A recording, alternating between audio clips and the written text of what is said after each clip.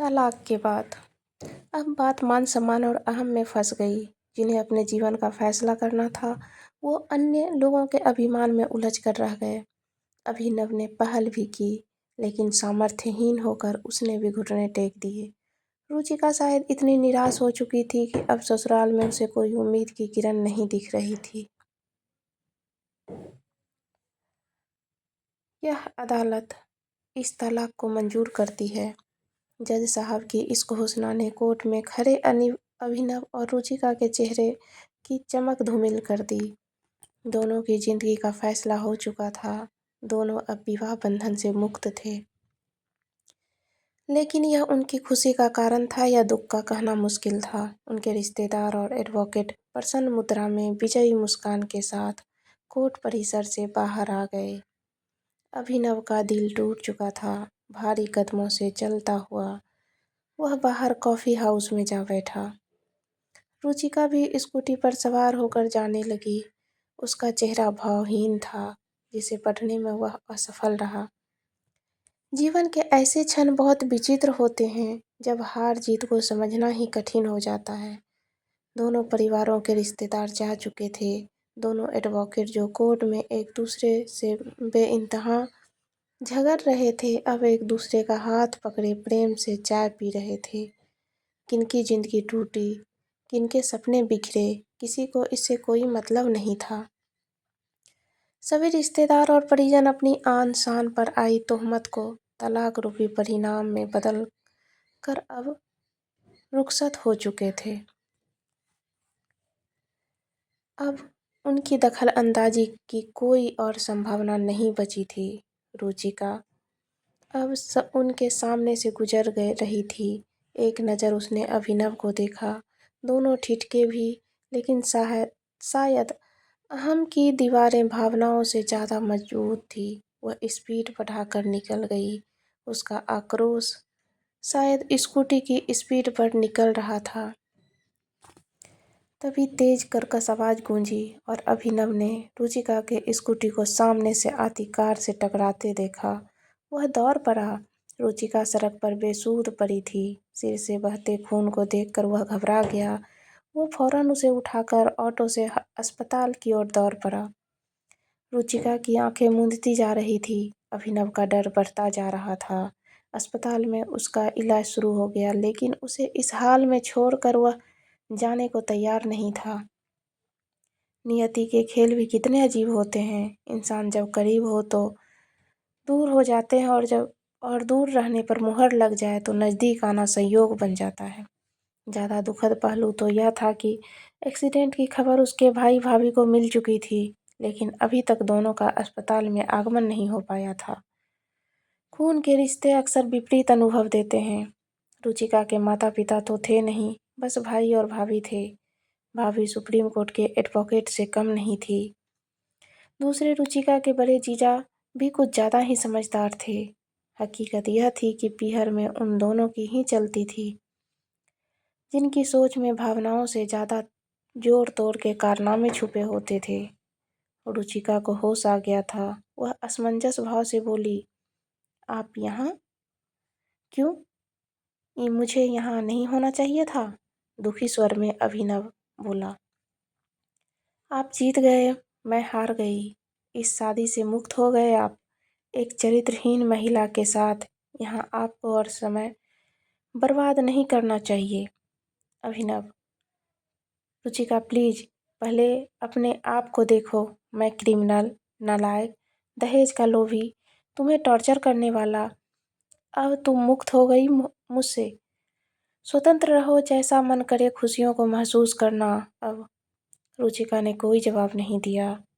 कुछ समय ऐसे ही निस्तब्धता में निकल गया।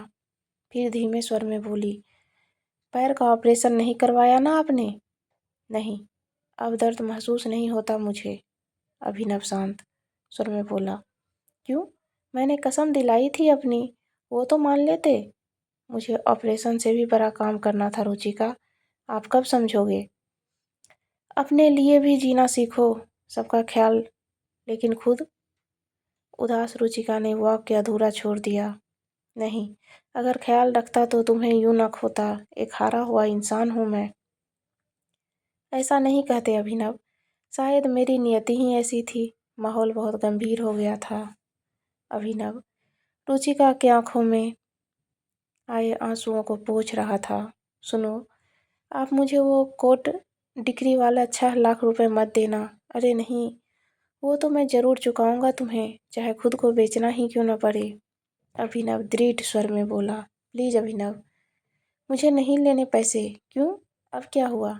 कोर्ट में तो तुम्हारा वकील मुझे असक्षम साबित करने पे तुला था, तुम्हारा ख्याल रखने में नाकाबिल। अभिनव के स्वर में आक्रोश उभर रहा था। मुझे अब आत्मनिर्भर बनना है, कोई रख रखाव, कोई जिम्मेदारी किसी और की नहीं।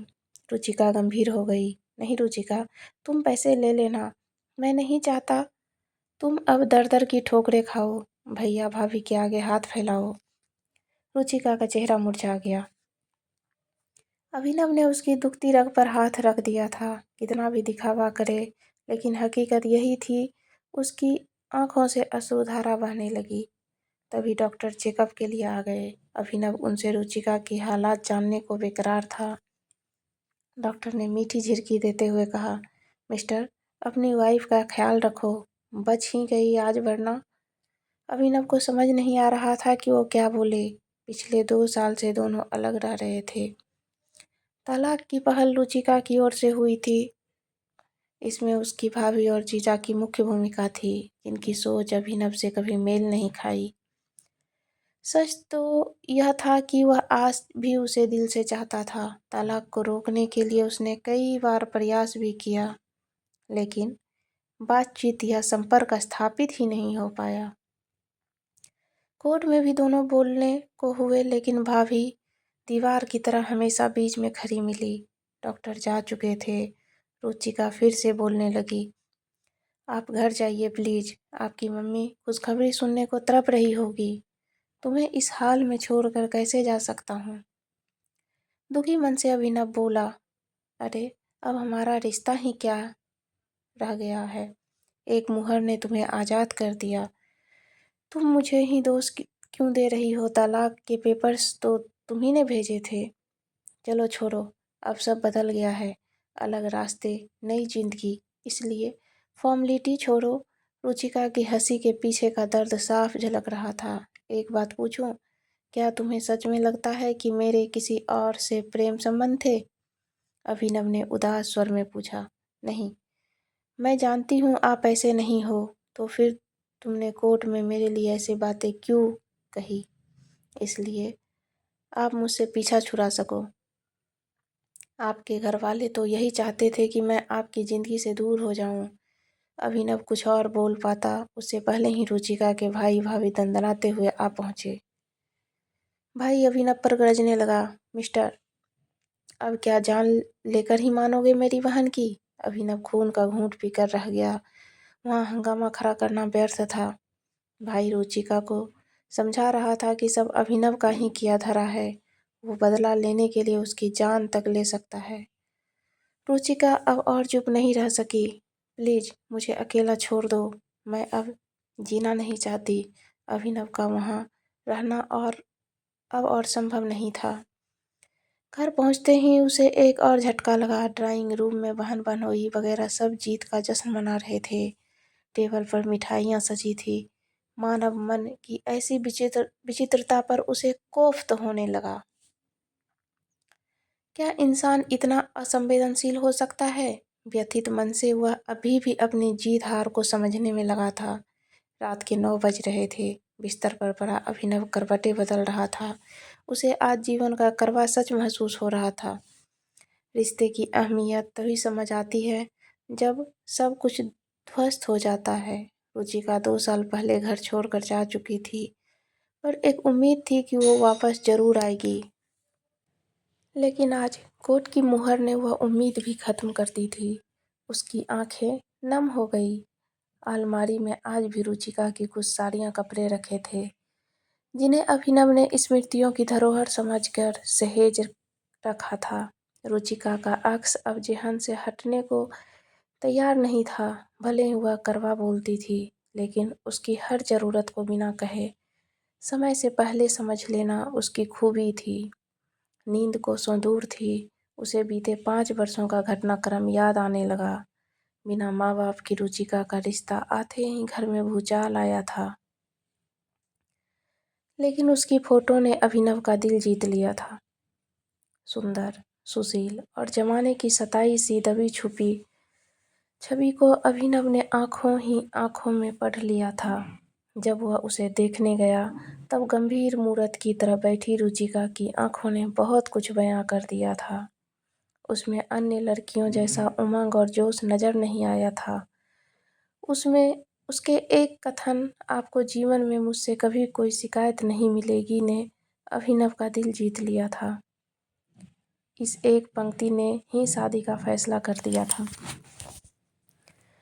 ससुराल में रुचिका ने अपने वायदे को पूरी तरह निभाया, लेकिन शायद परिस्थितियों के साथ वह समायोजन नहीं कर पाई।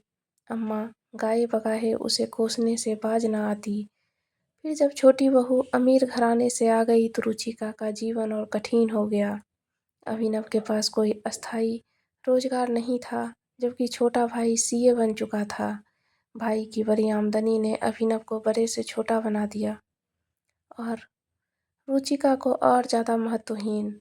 वह टूटती चली गई। 3 साल ऐसे ही किच-किच में बीत गए और एक दिन अभिनव की अनुपस्थिति में उसके भाई और जीजा उसे पीहर छोड़ गए। अब बात मान-सम्मान और अहम में फंस गई। जिन्हें अपने जीवन का फैसला करना था, वो अन्य लोगों के अभिमान में उलझ कर रह गए। अभिनव ने पहल भी की, लेकिन सामर्थ्यहीन होकर उसने भी घुटने टेक दिए। रुचिका शायद इतनी निराश हो चुकी थी कि अब ससुराल में उसे कोई उम्मीद की किरण नहीं दिख रही थी। अचानक मोबाइल की घंटी बजी। स्क्रीन पर रुचिका का नाम डिस्प्ले हुआ। अभिनव ने तपाक से कॉल रिसीव किया। रुचिका भर्राई आवाज़ में बोल रही थी, भैया ने बहुत गलत कहा आपके लिए, उनकी तरफ से मैं माफ़ी मांगती हूँ। छोड़ो ये सब। कैसी तबीयत है अब?